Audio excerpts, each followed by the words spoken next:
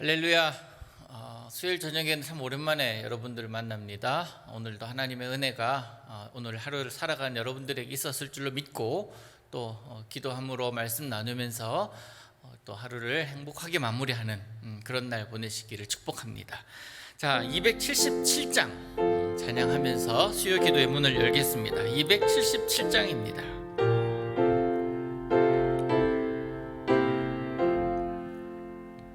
양떼를 떠나서 길 잃어버린 나 목자의 소리 싫어서 먼 길로 나갔네.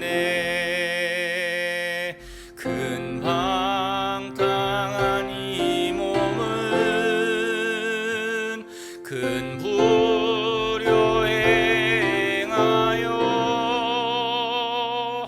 아버지 음성 싫어서 먼 길로 나갔네. 양 잃은 목자는 그 양을 찾으러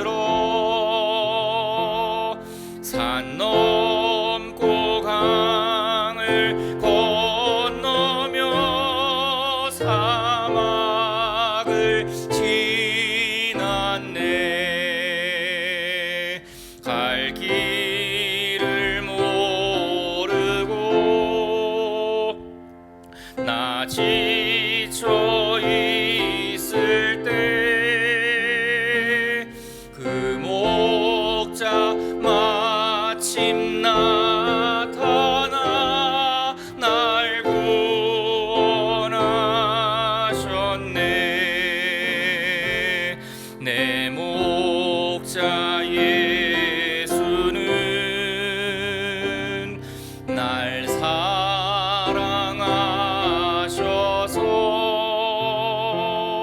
그 피로 나를 씻으사 온전케 하셨네. 길 잃은 양 찾아 큰 위로 주시고 그 우리 안에 이끌어 늘 보호하시네.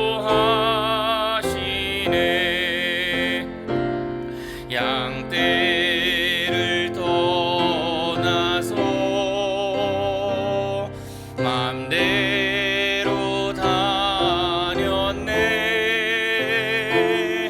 나 목자 음성 들으며 그 길을 따르리. 나 이제 후로는 방황치 않으며 내 아버지의 집에서 영원히 살겠네. 아멘. 아멘. 자, 찬송을 좀 기억하면서 말씀 나갑니다. 마태복음 9장 32절에서 38절의 말씀입니다. 신약성경, 제가 있는 성경은 15면이 되겠습니다. 마태복음 9장 32절에서 38절의 말씀 우리 보겠습니다.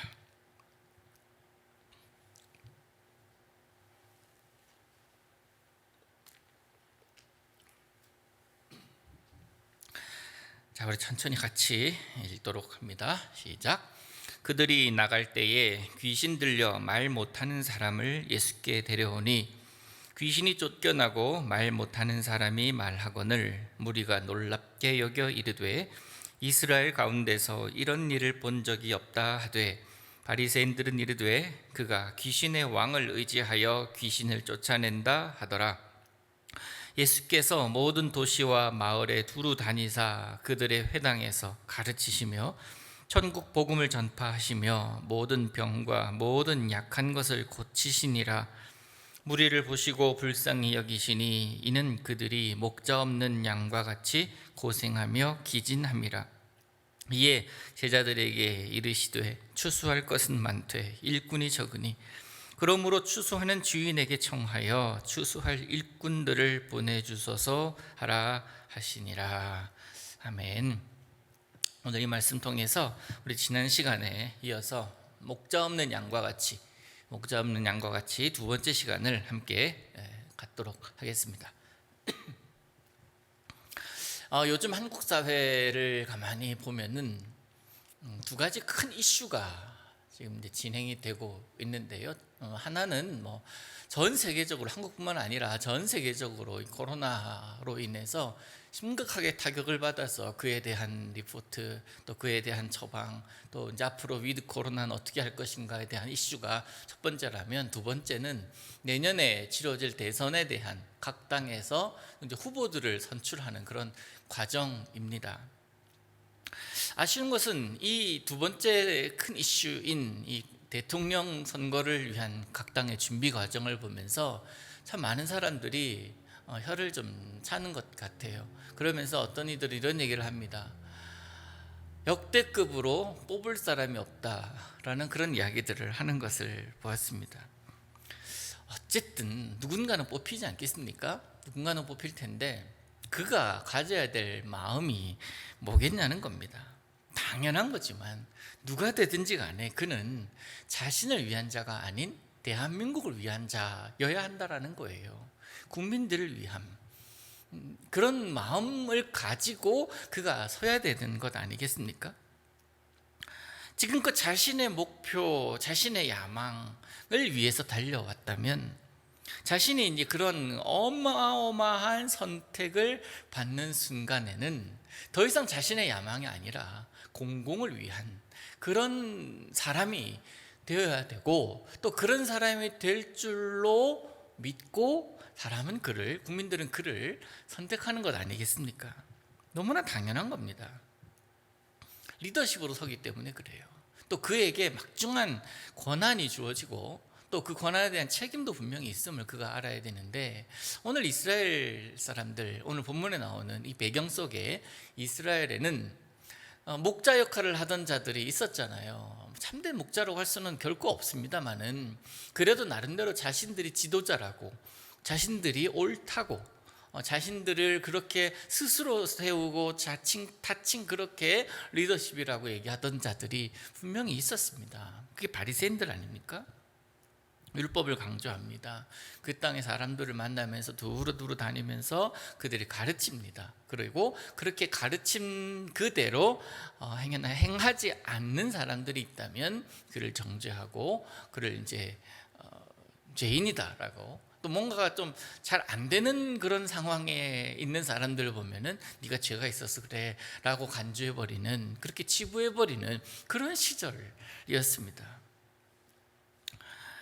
그런데 그들이 그렇게 가르치고 사람들 앞에서 서 있지만 그들에게 예수님께서 나타나셔서 이 외식하는 자들아, 이 거짓된 자들아 라고 하면서 그들을 굉장히 나무라시잖아요. 사실 그렇게 생각을 해보면 그들의 모습을 보면은 아무 능력도 없어요. 아무 권세도 없어요. 그저 그냥 자신이 가지고 있는 권위와 자신이 입고 있는 그 옷이 자신에게 힘을 주고 있는 그런 상황입니다.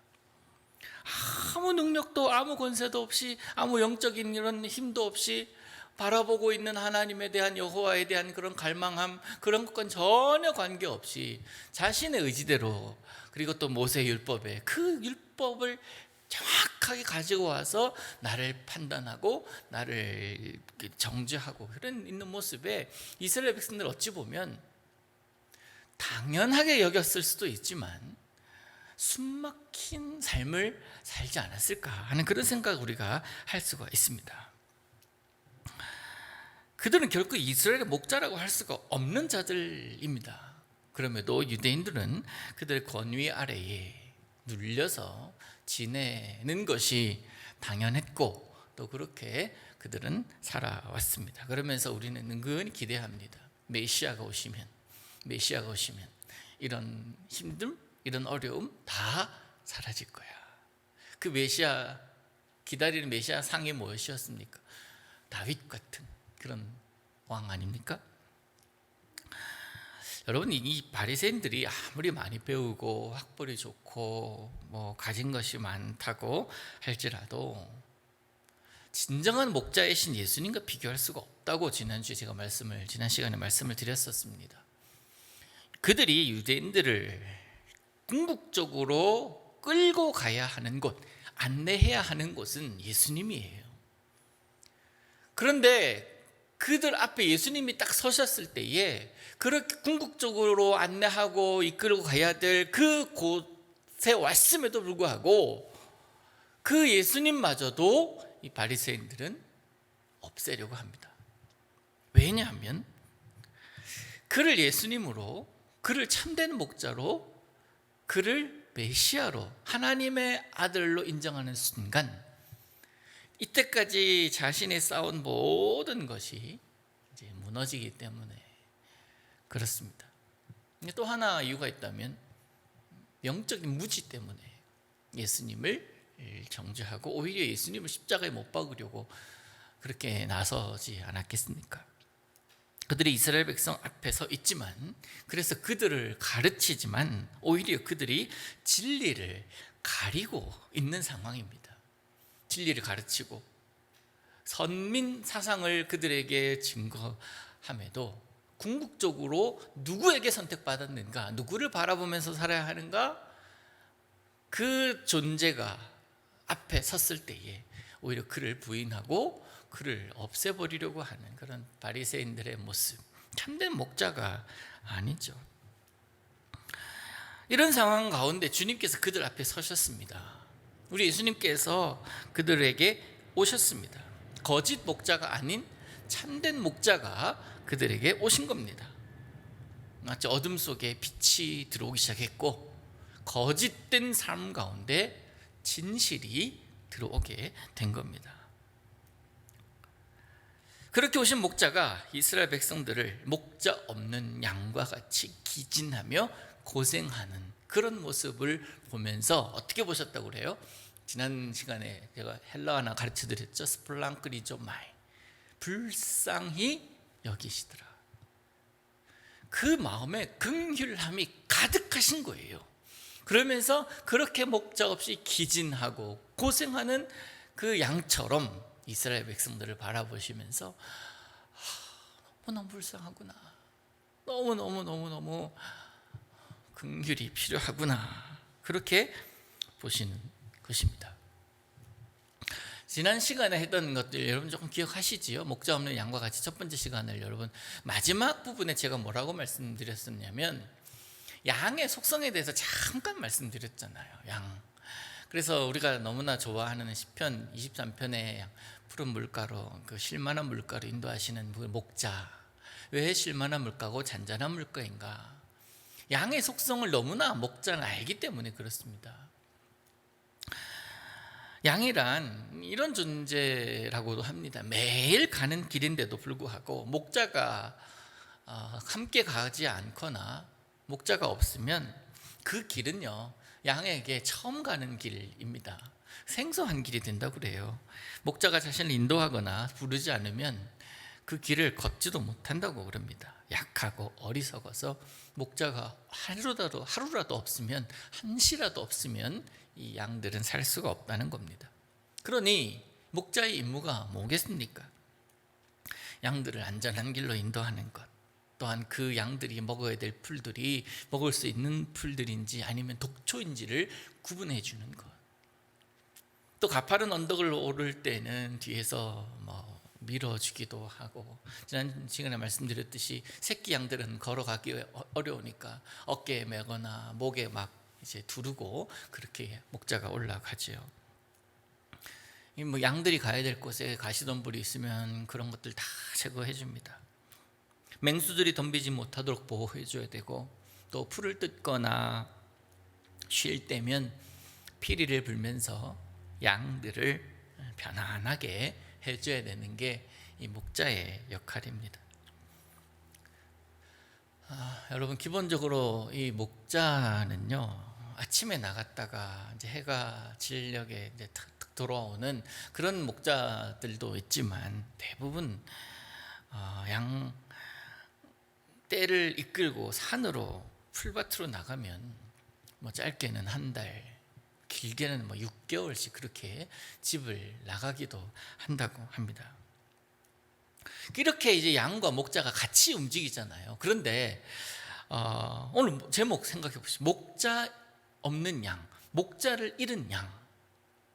목자를 잃는 경우가 언제이겠습니까? 양들이 목자를 잃는 경우가 여러분 언제일까요? 크게 둘로 나누어 볼 수가 있는데요. 오랜 기간 목자가 이제 양을 데리고 그렇게 양을 치다 보면은 많은 일들이 일어날 겁니다. 양이 다치거나 뭐 양이 때로는 잘못된 그 독초 같은 것들을 먹어서 죽거나 뭐 그럴 수도 있지만, 반대의 경우에요. 목자가 양을 치다가 그리고 양에게 공격하는 맹수들을 만나서 맹수들에 의해서 목자가 목숨을 잃을 수도 있습니다. 그리고 뭐 돌아다니다가 뭐 때로 낭떠러지 같은 데서 굴러서 넘어지기도, 그래서 죽기도 하는 경우도 분명히 있었을 것이에요. 그러면 목자 없는 양이 되는 거잖아요. 그 양들은 어떻게 됩니까? 뭐 없어질 수밖에 없어요. 죽을 수밖에 없는 거예요. 목자를 잃었습니다. 맹수 떼가 나타나고 도둑 떼가 나타나면 꼼짝없이 이 양들은 맹수들의 먹잇감이 되는 것이고, 도둑들의 먹잇감이 되는 것은 당연할 겁니다. 그렇게 또 되면 이제 혼란스러울 거 아닙니까? 양들이 막 방향 감각 없이 무조건 막 뛰어다닌다 그래요. 그러다가 언덕에 굴러서 떨어져 죽기도 하고, 뭐 막 달리다 보면 누구 하나 멈추려고 하는 양이 없으니까 계속 뛰다가 막 나자빠지기도 해요. 발랑 넘어져서 그 많은 털로 인해서 일어나지도 못하고, 그래서 지쳐서 죽는 양들도 생기기도 합니다. 이게 첫 번째 목자 잃은 양의 케이스고요. 또 하나의 케이스가 어떤 케이스냐면 바로 싹군 목자일 때예요. 싹군 목자. 강도나 맹수가 나타나면 싹군은 어떻게 합니까? 나 살자고 도망갑니다. 내 것이 아니라 그냥 맡겨놓은 것이 싹군이기 때문에, 말 그대로. 상황이나 형편이 나와는 내가 바라는 것, 내가 원하는 것, 내가 계획하던 것대로 이루어지지 않으면 그냥 없어져 버리는 거예요. 양들이 어쨌든 간에 관계없이. 그래서 그걸 삭군이라고 하지 않습니까? 이런 경우에 양들은 목자를 잃을 수밖에 없습니다. 목자 없는 양과 같이 고생하며 기진함이라. 여기서 고생이란 몸과 마음이 갈기갈기 찢어진다라는 거고, 기진함이란 힘이 다 빠져서 아무 일어날 힘도 없고 아무 내 마음속에 의지도 하나도 없음을 의미합니다. 이런 경우에 목자가 가서 빨리 해결해 주지 않으면 양은 그 자리에서 죽을 수밖에 없는데, 목자 없는 양이라면 그 양은 결국 죽을 수밖에 없는 것 아니겠습니까? 그런 면에서 볼 때요, 이런 그 양들을 돌보는 사역, 그것들을 목양사역이라고 이야기를 합니다. 목양사역. 양들을 거둬 살리고 보호해 주는 것, 양들이 위험에 처했을 때에, 또 양들이 어려움에 빠졌을 때에, 양들이 아플 때에, 또 양들이 목자를 따르지 않고 다른 데로 자꾸 가려고 할 때에 그를 끌어들이는 것, 목자의 보호 아래에 놓이게 하는 것, 그게 목양사역이라고 할 수가 있습니다. 양들을 거두어 살리고 보호해 주는 것, 거두는 거예요. 그리고 품에 안는 겁니다. 이거를 다른 말로 오늘 본문에서는 추수라고도 표현을 합니다. 추수란 예수님께서 양을 거두는 일입니다. 오랜 시절을 로마의 압제에 시달렸고 바리새인들이 만들어 놓은 그 율법의 틀 속에서 이스라엘 백성들은 숨막히게 살아왔습니다. 그런 그들은 하나님의 나라를 기다리면서 메시아를 기다려왔습니다. 간절함은 충분히 무르익었습니다. 그런데 그러한 삶을 살아가던 것들이 너무나 오래되었기 때문에 그 율법의 틀 안에서 바리새인들의 그런 교육과 지적이 익숙해져 있는 그런 삶을 살았기 때문에 그것이 옳은 것이구나, 그게 맞는구나, 판단력이 다 없어져 버린 거예요. 분별력이 다 사라져 버린 겁니다. 그러니까 예수님이 오셔도 바리새인들이 그 예수님을 저항하니까 의심이 되는 거예요. 과연 예수님이 예수님 맞나? 라는 식으로 말이에요. 예수님은 그들을 향해서 불쌍히 보신 겁니다. 진리 아닌 것에 현혹되어서 그렇게 지적받는 것이 익숙해져 있는 그 모습을 불쌍히 여기신 것이고, 잘못된 가르침에 내가 낭망하고 내가 그 잘못된 가르침에 이리저리 휘둘리는 그런 모습에 예수님은 스플랑크니조마이를 그들에게 보이신 거예요. 언젠가 그렇게 힘들게 살아가는 그들에게 메시아가 오시면 이 모든 고생은 끝날 것이라고 했던 선지자들의 외침, 그 외침이 신락 같은 희망으로 그들에게 있었기 때문에 그들은 이제나 저제나 그 메시아가 언제나 오실까 기다리고 있는 것인데, 그런 중에 메시아가 왔다라는 선포가 들린 겁니다. 그 고생하고 기진하에 있는 자신들을 구원할 메시아가 왔다라는 거예요. 그러기에 추수하라는 것이죠. 그래서 추수 사역을 할 자들을 세우시기 위해서 우리 다음부터 볼 10장에서 이제 제자들을 부르시잖아요. 12제자를 부르시면서 그들에게 하나님 나라에 대한 소명을 주시고 함께 추수 사역, 목양 사역을 행하시는 그 예수님의 모습을 우리가 볼 수가 있습니다. 참고로 우리가 제자들을 한번 일면을 한번 생각해 보시면 너무나 다양한 환경, 다양한 상황, 다양한 배경의 사람들이 모였습니다. 그렇게 해서 예수님은 3년 동안 그들과 동고동락을 하면서 하나님의 나라를 증거하고 가르치시고 고치시잖아요. 예수님 마음은 그들로 인해서 참 3년 동안 행복하시진 않았습니다. 얼마나 매사에 예수님께 문제만을 드러내고, 문제가 많다, 힘들다, 어렵다, 어떻게 해결할 수 있느냐, 기적을 보이심에도 불구하고 금방 잊어버리고 또다시 우리는 죽게 되었다고 그렇게 얘기하는 제자들의 모습을 보면서 우리 마음도 굉장히 심란하지 않았습니까? 그런 자들을 세우시기 전에 온 이스라엘 백성들에게 예수님께서 말씀하십니다. 추수 사역을 앞두고 어떻게 기도해야 되는지를 가르쳐 주시는데요, 추수할 일꾼들을 보내주소서라고 기도하라고, 주인에게 그렇게 간구하라고 이야기를 합니다. 우리를 잘 통치하고 다스리는 왕을 보내주십시오라고 기도하라고 말씀하지 않으셨습니다. 힘 있는 장군이나 능력 있는 유능한 정치가를 보내달라고도 하지 않으십니다. 단지 일꾼이 필요하니까 일꾼 보내달라고 하십니다. 그래서 예수님은 너무나도 다른 성향들의 사람이라 할지라도 예수님의 마음에 합한 사람들을 세우시는 때에 그들이 바로 12제자들이었습니다. 12제자들에 대해서는 뭐 자세하게 나누겠지만 말씀 준비하다가 재밌는 글을 하나 봐서 여러분에게 소개를 해드리려고 하는데요. 기업마다 각자의 기업에 맞는 사람들을 뽑는 기준들이 다 있을 것 아닙니까?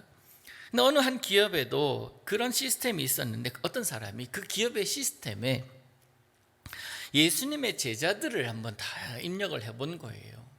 이 사람이 기업에서 일을 할 만한 사람인지 아닌지를 이제 테스트해 보는 겁니다.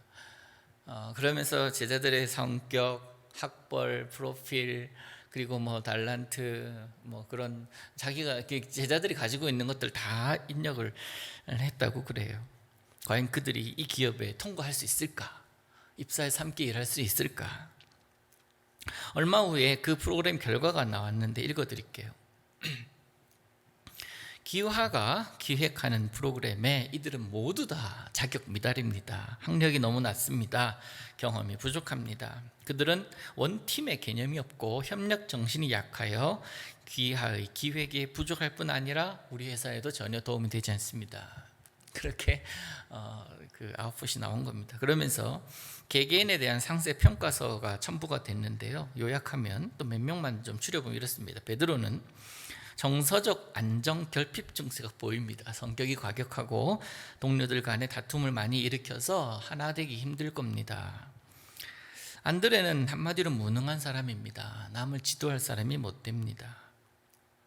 세베대의 아들 야고보와 요한 형제는 회사의 이익을 제쳐놓고 개인의 이익만을 추구할 사람으로 평가됩니다. 여전히 그는 치맛바람 속에서 헤어나지 못한 상태이기에 자립심도 부족합니다. 도마는 매사에 부정적인 데다가 대안이 없이 지적만 하고 질문만 많고 추진력이 하나도 없어 보이고, 마태는 자신의 이익을 위해서라면 무슨 짓이든 할 사람입니다. 알페오의 아들 야고보와 다데오는 이 두 사람은 사회의 혁명을 노리는 과격한 사상에 감염이 되어 있어서 우리 회사에 방해가 될 수 있습니다. 그런데 그나마 12명 중에 한 사람을 꼭 뽑아달라고 한다면 우리 회사는 유다를 뽑을 것입니다. 그는 계산이 빠르고 눈치가 있습니다. 게다가 사회 지식도 풍부하게 판단력도 빠릅니다. 사교성도 있고, 그래서 상류의 권력층과 접촉할 수 있는 인물입니다. 이렇게 이제 결론이 났다고 그래요. 그래서 본 프로그램에서는 유다 한 사람만 본 회사에 적합할 수 있으며 나머지 11사람은 불가합니다. 이렇게 누가 만들어낸 이야기라고도 생각이 됩니다만은, 여러분 아시다시피 사람이 보는 평가, 사람이 사람을 보는 시선, 내가 누군가를 바라보는 그 시선이 옳다고 판단해서는 안 됩니다. 여러분, 예수님께서 12제자를 세우실 때에 그들의 내면, 그들의 배경, 그들이 하는 생각들을 하나도 모르셔서 그들을 그냥 선택하셨겠습니까? 결코 아닙니다. 예수님은 모든 이들의 마음까지도 다 아시는 분이십니다. 예수님이 그런 유다를 잘 알지 못하고 재정을 맡기셨겠습니까?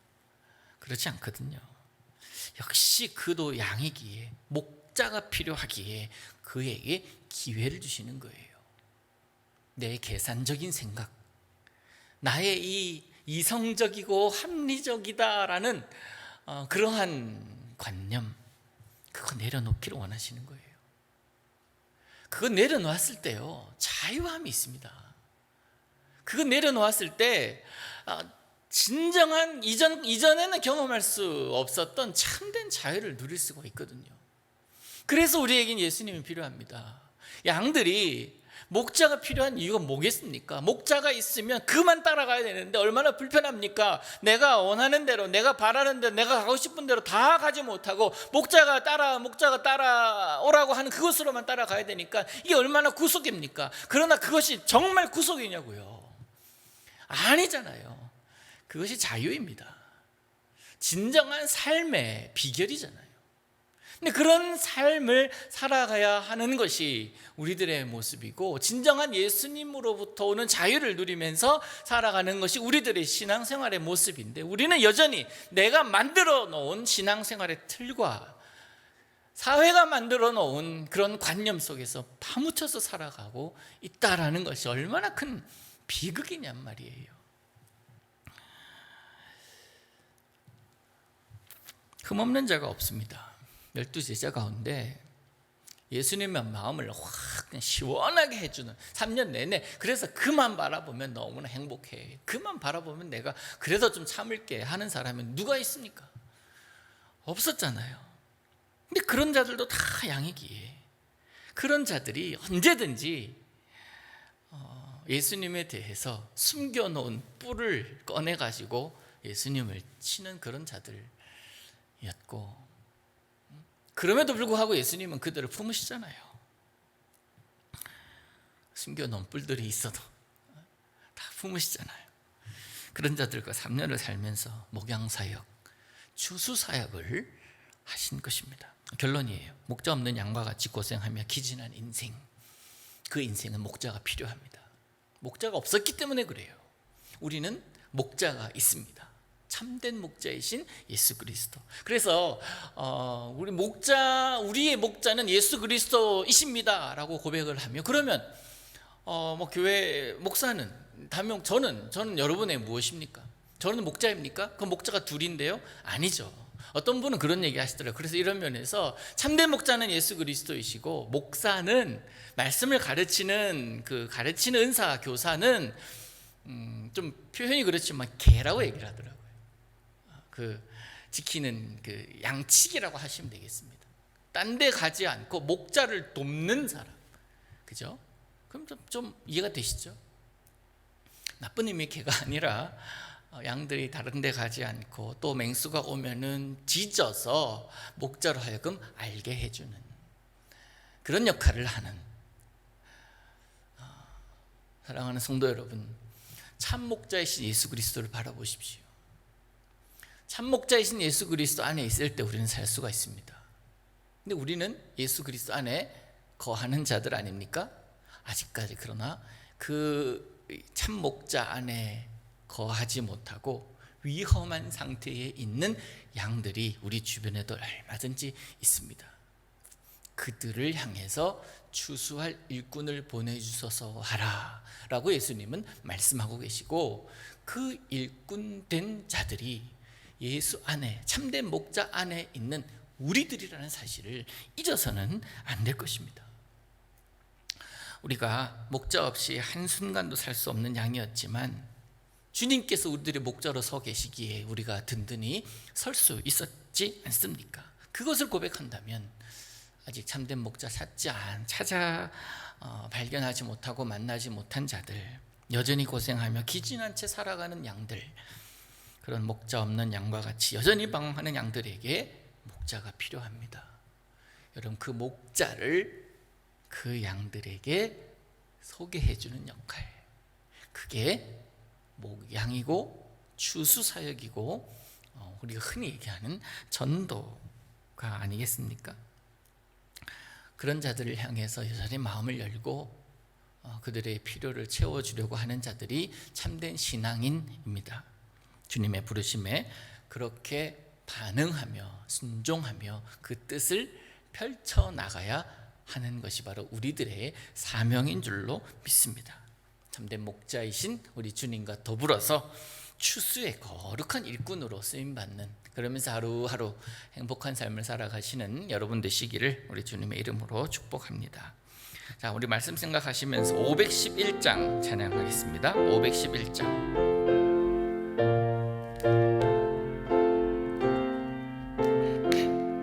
예수 말씀하시기를 누가 오늘 일할까, 곡식이고 거둘 때니 누가 추수하리요. 우한 상을 주시려고 일할 사람 부르니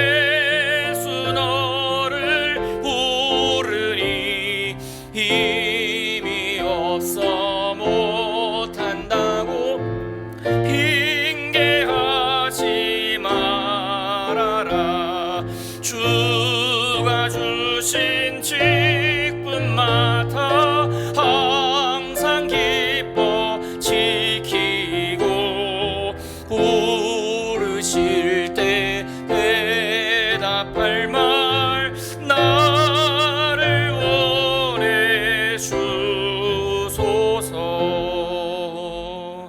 아멘. 오늘 목양 사역과 더불어 추수 사역을 여러분에게 말씀드렸습니다. 예수님 안에서 머무는 것, 그것이 목자이신 주님의 뜻이고, 또 하나의 뜻은 내게 맡겨진 그 양들 있거든요. 그 양들을 잘 돌보고, 또한 내가 돌보아야 될 양들, 아니 목자가 필요한 양들, 그들을 목자에게로 안내하는 것. 힘을 다해 전하세.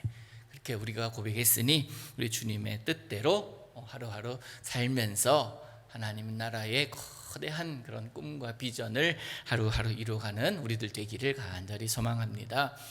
이번 주 토요일에 우리 전교인 기도회가 있는데 여러분 예배당에 나오지 마시고 제가 토요일에 구역 연합 예배로 드리려고 합니다. 그래서 뭐 유튜브든지 아니면 제가 사이트를 보내드리면 구글 미트든지 어떤 사이트든지 간에 들어오셔서 함께 저와 함께 말씀 나누고 지난주일에 했었던 그 말씀을 토대로 내가 어떻게 한 주간 동안 살았는지를 함께 나누는 그런 시간을 좀 가지려고 합니다. 토요일 7시 기억하시기를 바랍니다. 기도합니다.